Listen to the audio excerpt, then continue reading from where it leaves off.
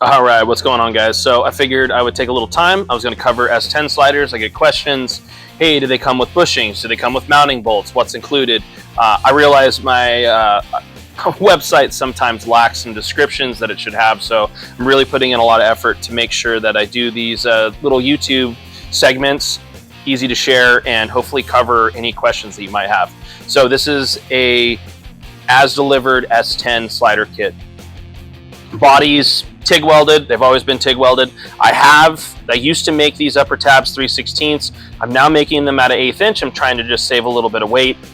These are the secondary mounting source. So this 9/16 bolt's going to go through these upper tabs, lines up with the factory shackle pivot. You can leave that bushing in the top. You use that bushing to center this up, and this will put the slider where it needs to be, forward and back. And then these 2 1/2-inch holes you drill in the frame, supplied bolts there. That's what actually mounts the slider body to the chassis. I have seen guys get these bolt holes mounted up and then lop these ears off to save the weight. If you want to do that, feel free. This slider base, we made this base for a while with both sets of those bolt patterns in it. In the future, you will see these only have one set of holes. In the past, you only saw those with one set of holes. Well, for a while here, we were making them where we were only making this one base. So this one base could cover an S10 style slider, or it could have this style bolt pattern, which is like the Calvert style bolt pattern. It definitely lent itself to be more universal in installation, but it's not necessary to have the extra holes. I might do a little cutout one of these days or something in there. Okay. So yes, sliders come with slider bushings. The Calvert split mono seems to be about the industry standard at this point. So all of my sliders come with Calvert size sliders. This will be a 1-inch shaft diameter that fits inside of the 1-inch OD rear spring eyelet. Get 4 of those guys, 1/4-inch flange that takes up the space to make the springs 3 inches wide. It also comes with slider bearings. You get 4 of the bearings right there. Those bearings ride inside of that slot.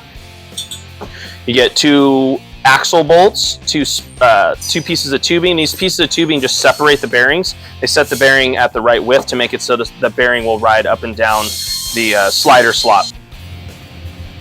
All right, slider install. So you're gonna notice the little tab goes to the inside. The reason the little tab goes to the inside is so it fits around the corner of the notch in the frame rail. Big tab goes to the outside, and their new bolt that I've sent with the kit is holding that on. So now I've got a C-clamp holding on the slider body. I've marked the back hole, marked the front hole. I'll remove the C-clamp, take the bolt back out, drill my 2 new holes, and install my 2 new bolts. That's it. Sliders are installed. Alright, so I've been meaning to do this for a long time. Here I've got a brand new Calvert split spring. I went ahead and just unbolted it just to make it easier to put in the press, but putting the bushings in. So you'll kind of notice the paint, right, might potentially hold the bushing away from the edge of the spring. The side's not quite as bad, but you can kind of get an idea of that. And then all of the schmutz that's kind of inside the end of the spring. Alright, so here you go, a little side-by-side. Got the paint prepped off of there.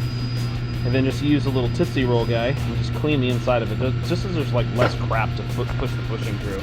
So we just use one of these little dealios.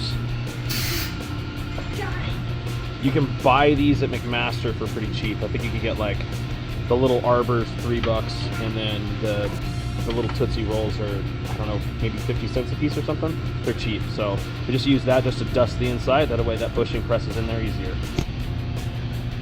All right, so here we go. Set up in the press, push the bushing over the hole, and the press. This press is itching. It actually has the air over hydraulic seal on it. It's going to take a little while. It's a little slow. All right, there we go. We got the press engaged. Just start pushing the bushing in. Thing's holding itself. Not taking a tremendous amount of pressure to push it in there, but as you can imagine, that aluminum bushing is going to be slightly deformed after we push it into the spring. There's just no 2 ways about it. It's just part of the process. If I leave the bushing too loose, it'll spin and eventually wear out. And if I put it way too tight, then it's going to deform a lot. So I think I got the press just right for these pieces. There you go. It's bottomed out. 5 tons or so. So there we go. Alright, so we got both sides of the bushings pressed in. You can see that they fit on both edges flat.